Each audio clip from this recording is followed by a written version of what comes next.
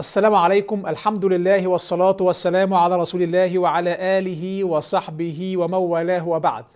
الناس بتوع الطاقة والمديتيشن وقانون الجذب بيتكلموا عن بدعة اسمها توأم الشعلة. يا ريت انها بدعة.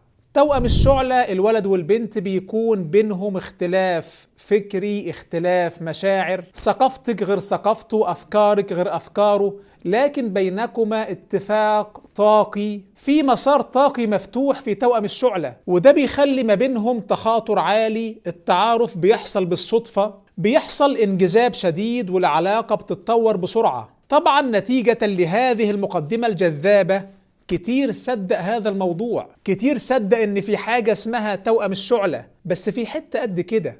الاعتقاد والإيمان بتوأم الشعلة هو كفر أكبر مخرج من الإسلام. الترويج لتوأم الشعلة هو ترويج للردة عن الإسلام. توأم الشعلة أو توأم الروح بيقوم على عقيدة هندوسية كفرية اسمها تناسخ الأرواح. الأرواح تدور بين الأجساد المختلفة. الإنسان بعد ما بيموت روحه بتنتقل إلى كائن آخر، وقبل أن يولد روحه كانت في كائن سابق، وهكذا عمال يلف. دي اسمها عقيدة تناسخ الأرواح، عقيدة كفرية. ففكرة توأم الشعلة بتعتمد على إن في روح، هذه الروح بدل ما تذهب لكائن آخر، لا، دي ذهبت إلى كائنين منفصلين. الروح غفلتك، بدل ما تدخل في جسدك دخلت في جسدك، ودخلت أيضا في جسد كائن آخر، وزعت نفسها على اتنين، فبالتالي الاتنين دول لهما نفس المجال الطاقي،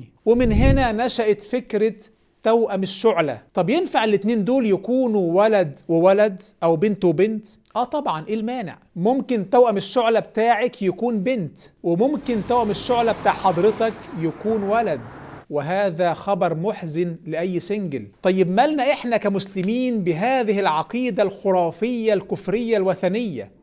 دي أساطير قديمة. ما علاقة ديني أنا كمسلم بهذا الكفر؟ تناسخ أرواح وروح تدخل لجسدين، هل هذه عقيدتنا؟ وبعدين أليس هذا تبريرا للعلاقات المحرمة؟ لما البنت تتعلق بولد تقول لك ما يمكن يكون توأم الشعلة، أليس هذا تبريرا للخيانة؟ وبعدين هذا الكلام الحلو اللي في توأم الشعلة، تعلق سريع، تخاطر، تطور علاقة، ما نفس هذا الكلام موجود في أي علاقة منيلة بنيلة. أصلا العلاقات المحرمة كلها كده، الشيطان مخليها زي السكينة في الحلاوة. فاللي بينشر هذه الخرافة، خرافة توأم الشعلة، هو في الواقع ينشر انحراف أخلاقي، والأهم والأخطر من كده إن هو بينشر كفر أكبر. اعتقاد تناسخ الأرواح هذا اعتقاد كفري لا ينفع معه إيمان. النفس التي قضي عليها الموت تمسك،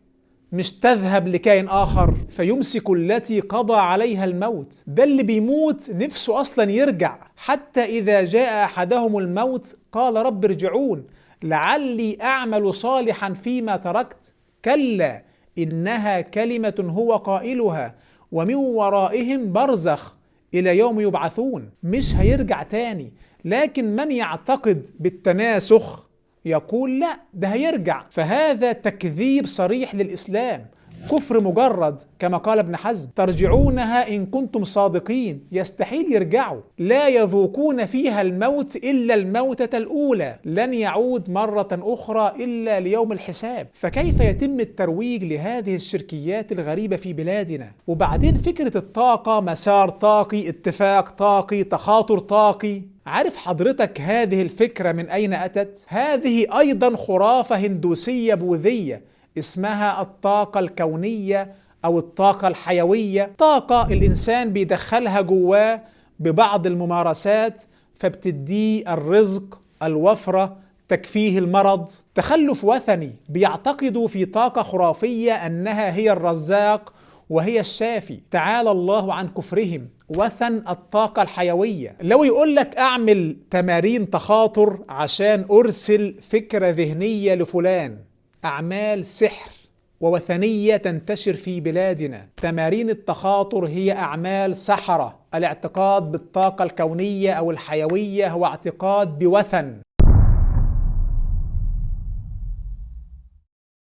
أوراق التاروت أوراق لعب، أوراق كوتشينة، شكلها غريب مخيف. 78 ورقة بتستخدم في العرافة والكهانة والتنبؤ بالمستقبل والإخبار بالمغيبات، زي بالظبط اللي بيقرأ الفنجان والكف لكن بأسلوب كيوت، أسلوب مختلف. أوراق التاروت جاية في الأساس من عند السحرة اليهود، واليهود أخذوا هذا السحر من بابل، تم نفيهم زمان لبابل، ومن هناك أخذوا هذا السحر. وما كفر سليمان ولكن الشياطين كفروا يعلمون الناس السحر وما أنزل على الملكين ببابل. بس الشياطين مش هيعلموا السحر ويعلموا إنك تقرأ أوراق التاروت بالمجان، لا طبعا. تقرأ التاروت وتاخد كهانة، لكن في مقابل نونو، في مقابل إن احنا نفسد عقيدتك، إيمانك يتلخبط. أصلا كلمة التاروت هي مقلوب كلمة التوراة، لو قلبت كلمة توراة تجدها تاروت. والكارت رقم 15 من كروت التاروت اسمه كارت الشيطان. طبعا انا متعمد ان انا معرضش اي صور جنبي، لان هذه الكروت فيها تعويذات، فيها طلاسم تستحضر شياطين. يقول لك في طاقة حول الكارت، أنا بقرأ من خلال هذه الطاقة المستقبل. يا راجل ما شاء الله، عباد شيطان. تخيل حضرتك بعض الناس بيطلعوا في الإعلام بيقرأوا التاروت وبعضهم محجبات، والله مصيبة. لو ذهبت لقارئ تاروت فأنت ذاهب لعابد شيطان، الذهاب لهم محبط للعمل، كفر أكبر. قال النبي صلى الله عليه وسلم: من أتى عرافا أو كاهنا فصدقه بما يقول فقد كفر بما أنزل على محمد. تفتح برنامج قارئة تاروت وتصدق اللي بتقوله، تضيع كل صلاة صليتها وكل عمل صالح عملته، كله يحبط. طيب أنا بشوف بس من باب حب الاستطلاع، لا والله. قال النبي صلى الله عليه وسلم: من أتى عرافا فسأله عن شيء، مجرد سؤال، مجرد حب استطلاع، لم تقبل له صلاة 40 ليلة. هؤلاء كهان يا راجل. ده دورين فيرتشيو اللي هي بتصمم كروت التاروت، هي اللي بتعملها، خرجت بنفسها تعترف إن هذه الكروت كروت الشيطان، وبتناشد الناس أرجوكم محدش يبيعها. But look at what I had in my hand. I had divination cards, those angel cards that I used to make, that I threw away all of them, and I've asked people, do not use them, do not sell them, please. They are demon cards, they're not angel cards. اوعى تفتكر ان السحر والكهانة والعبادة للشيطان توقفوا في هذا الزمان. سحر الأوائل وكهانة الأوائل انتشروا مؤخرا بصورة مرعبة، بس العدة بتاع النصب بتختلف عبر الزمن. توقعات الأبراج، قراءة الأبراج، هذا الموضوع ينقسم إلى قسمين. قسم حظك اليوم، برجك اليوم. الناس اللي بتفتح الجرايد بتشوف فيديوهات عشان تعرف البرج بتاعها ماذا يقول اليوم، الربط بين البرج وأحداث حياتك، هذا عين التنجيم والعرافة والكهانة. تأثير الأبراج في حياتك أو التنبؤ من خلالها بالمستقبل، النهاردة هيحصل لك كذا، عندك صفقة مالية في انتظارك، سوف تلتقي بصديق قديم، شريك حياتك يشعر بالضيق. اعتقاد كل هذا في الأبراج إن هي بتقدم توقعات للي هيحصل لك في هذا اليوم مثلا، هذا كفر أكبر. هذا عين التنجيم الذي كان عند الأوائل. قال النبي صلى الله عليه وسلم: من اقتبس علما من النجوم اقتبس شعبة من السحر زاد ما زاد. فكرة الأبراج بتعتمد على النجوم التي كانت في موضع مسار الشمس يوم ميلادك، فقارئ الأبراج بيستدل بهذه النجوم على مستقبلك، على أحداث حياتك، كهانة. وأقدم خريطة لتقسيم دائرة الأبراج كانت في بابل، كل سحر من تحت راس بابل، وعشان كده كان اسمه علم التنجيم البابلي. فالنظر في النجوم، في الأبراج، في الكواكب عشان تعرف اللي هيحصل لك، هذا محبط للعمل، هذه ردة عن الإسلام. الإيمان بالله يلزم منه الكفر بالكواكب، والكفر بالله يعني الإيمان بالكواكب. لا يجتمع إيمان بالله مع إيمان بالكواكب في قلب إنسان. وفي شرح كتاب التوحيد من قرأ الصفحة التي فيها الأبراج فكأنه سأل كاهنا فلا تقبل صلاته 40 يوما، فإن كان صدق بما في تلك البروج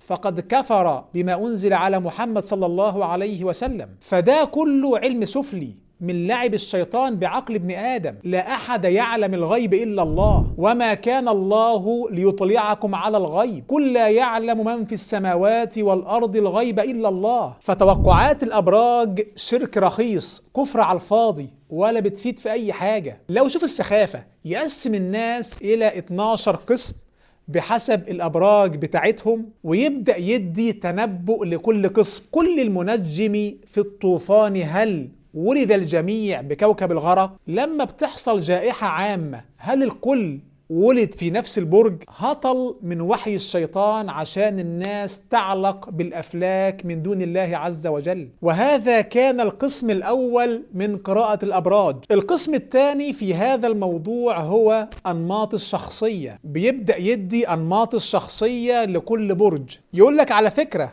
أنثى برج العقرب ما ينفعش انها تتجوز من برج مش عارف ايه، ويبدأ يدي انماط الشخصية لكل برج. انثى برج العقرب حساسة، بداخلها اسرار كتير، معتزة بنفسها. والله حضرتك اي كائن يتنفس ممكن تنطبق عليه هذه الصفات. فهم بيستخدموا في موضوع انماط الشخصية كلام يركب على اي حد، وهذه حيلة في علم النفس اسمها بارنم إفكت. أنت إنسان لا تميل للعنف، لكنك تستخدم العنف أحيانا. ما شاء الله، عرفت إزاي؟ قراءة أنماط الشخصية بتاع الأبراج تقوم على الوهم، ومصنفة باعتبارها أكذوبة علمية. بعد ما حللوا الكلام بتاع الأبراج عن أنماط الشخصية اكتشفوا إن كله هلس. طب خليني أضحكك عشان تعرف إن كل هذا الموضوع توقعات الأبراج وأنماط الشخصية كله خديعة كبرى. النجوم التي في مسار الشمس في تاريخ معين والتي على أساسها اترسمت الخريطة بتاع الأبراج، هذه النجوم مش هي نفس النجوم التي تظهر اليوم في نفس المسار. الخريطة بتاع الأبراج تغيرت تماما، وهذا نظرا لتغير حركة الأفلاك ومحور الأرض عبر مئات السنين، وهذا ما يقوله موقع ناسا الرسمي. فلو انت فاكر انك برج معين بناء على الخريطة بتاع الأبراج، فاعلم ان حتى هذه المعلومة غلط. الخريطة دي غلط أصلا. طب خد الأغرب من كل هذا، تقسيمة الأبراج بالتساوي على مدار سنة مقسمين 12 تقسيمة متساوية تماما. التقسيمات بالتساوي برضو غلط. برج العقرب طلع 7 أيام، برج العذراء طلع 45 يوم، وهذا أيضا طبقا لموقع ناسا الرسمي. فهي كلها تقسيمات بدائية ساذجة، والخريطة نفسها غلط، والفكرة تقوم على كهانة، والشيطان يقف بعيدا يضحك. بس هي عدة النصب، مرة توقعات الأبراج، مرة أوراق التاروت، مرة قراية الكف. والشيطان لا محتاج لا ده ولا ده عشان يدي الكهانة، محتاج بس إنك تقدم القربان، محتاج إنك تؤمن بالأبراج، تؤمن أن أحدا يعلم الغيب غير الله، تؤمن أن في طاقة كونية، طاقة حيوية تعطي الرزق. فإذا فعلت ذلك فقد تم القربان، فسدت العقيدة. لو المضحك أنك تجد عابد الشيطان اللي مسمي نفسه الفلكي الفلاني، تجده بيبص في الأبراج وبيعمل حسابات فلكية، يعني قال علم ومركز قوي. إفساد عقيدتك هو المستهدف وهو الغاية، والباقي شكليات.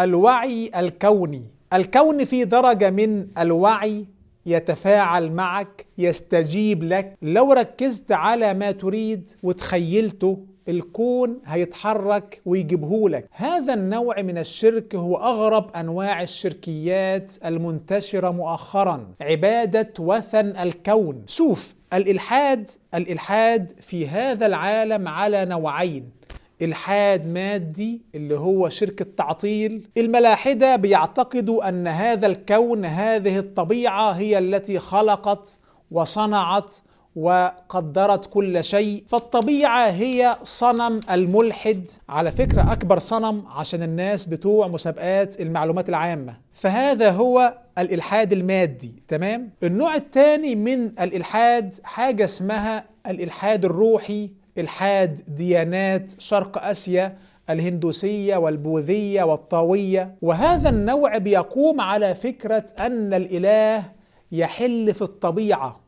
الإله هو الطبيعة، فالطبيعة عندها وعي إله يحل فيها، وهذا ما يسمى بالوعي الكوني. وكل علوم الطاقة الكونية، الطاقة الحيوية، الشكرات، كلها بتنبني على هذه الفكرة، كلها مبنية على فكرة الوعي الكوني. والناس اللي بتعمل ممارسات زي المديتيشن والريكي واليوجا والثيتا هيلينج وغيرها، الناس دي بتعتمد على إدخال هذه الطاقة جواك. بيعتقدوا بقدرة هذه الطاقة الكونية الخرافية، الطاقة الحيوية الوهمية، بيعتقدوا بقدرتها على جلب الرزق أو الشفاء أو دفع الضر. احذروا دعاة العلاج بالطاقة العرب الهندوس الجدد. ومن تحت راس الوعي الكوني ظهرت حاجة اسمها قانون الجذب. أنا الجذب شغال معايا، اجذب ما تريد بالتركيز عليه وتخيله، أظبط تردداتي على الحاجة اللي أنا عاوزها وهتيجي. فده اسمه قانون الجذب. إلحاد ووثنية وشرك أكبر وعبادة لوثن الكون. قاموا بنزع الطلب من الله عز وجل وخلوه طلب من الكون بالتركيز عليه والتخيل. ومن يشرك بالله فكأنما خر من السماء. ده كفار مكة ما كانوش بهذا الكفر يا جدع، كان يدوب صنم صغنن، إنما صنم قانون الجذب هو الكون والطاقة الكونية. اتخيل عندك عربية وركز في ذهنك والكون هيتحرك ويجيبها لك. اتخيل انك ساكن جنب البحر وهتسكن جنب البحر. ده الأغرب من كده إن بعض المعالجين بالطاقة عباد الشيطان بعضهم النهاردة بيؤسلم هذا الكفر. قال لك شوف، أنت تقول اسم من أسماء الله الحسنى بعدد معين أو تقرأ سورة معينة بعدد معين، وبعد كده ركز في ذهنك في الحاجة اللي أنت عاوزها وتخيل الحاجة دي، والكون هيبدأ يتحرك عشان ينفذ اللي انت عاوزه. اقرأ قرآن وبعد كده اعمل أعمال سحر. شفتوا إلحاد في دين الله عز وجل بهذا الشكل عبر كل تاريخ الأمة؟ هل الأنبياء علموا كده؟ هل علموا الناس طلب الرزق بالتخيل والتركيز الذهني على ما أريد؟ هل الصحابة طلبوا من الله بالمديتيشن؟ فهذا طريق وثنيين شرعوا لهم من الدين ما لم يأذن به الله. ابتداع في الدين، تعلق بوثن الفكرة، وثن التخيل، وثن التأمل، وثن الوعي الكوني. فلا تجعلوا لله أندادا وأنتم تعلمون أيشركون ما لا يخلق شيئا وهم يخلقون. الناس والله محتاجة ترجع تدرس عقيدة. له دعوة الحق والذين يدعون من دونه لا يستجيبون لهم بشيء. فوثن الوعي الكوني من أغرب الأوثان التي انتشرت مؤخرا. واوعى تفتكر إن الوثن أو الصنم لازم يكون من أحجار ورمال، لا طبعا. الوثن الذي في القلب أخطر من أي وثن. وأشربوا في قلوبهم العجل.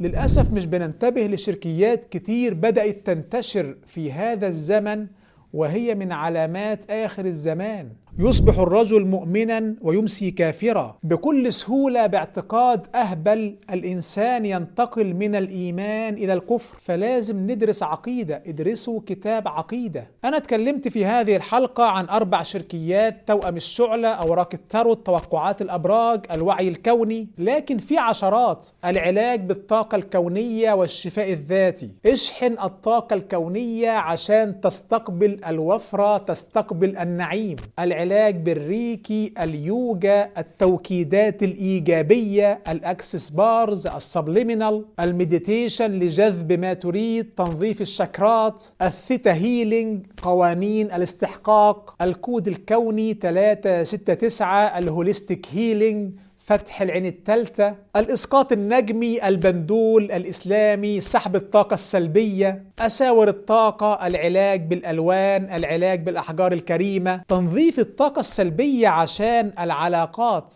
والين واليانج والفنج شوي وممارسات كتير. وأتمنى تجرم هذه الممارسات، أتمنى تجرم علوم الطاقة، كلها أعمال سحر ووثنية وإلحاد روحي، كلها مستمدة من زبالات الكفر الهندوسي. وأتمنى يكون في طلب علم، ندرس علم شرعي، ندرس نقد هذه الأفكار. وأنا أوصيكم بكتاب التطبيقات المعاصرة لفلسفة الاستشفاء الشرقية للدكتورة هيفاء الرشيد. هذا الكتاب يتناول أصول هذه الممارسات، يكشف أصولها الوثنية الكفرية، وإنها كلها أعمال سحر وقرابين للشياطين. نسأل الله أن يفقهنا في ديننا، وأن يحفظنا وإياكم من شر الشيطان وشركه وشركه، وأن يحفظنا من شر النفاثات في العقد، ومن شر حاسد إذا حسد. أشكر لكم حسن الاستماع. لا تنسوا نشر هذه الحلقة بين من تعرفون، فالدال على الخير كفاعله. لا تنسوني من صالح الدعاء. نلتقي على خير، والسلام عليكم ورحمة الله.